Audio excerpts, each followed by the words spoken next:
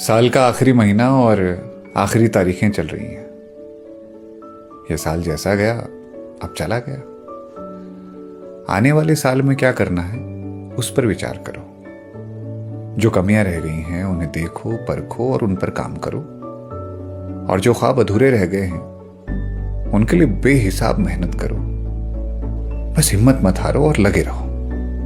यकीन मानो, आने वाला वक्त बहुत शानदार होने वाला है।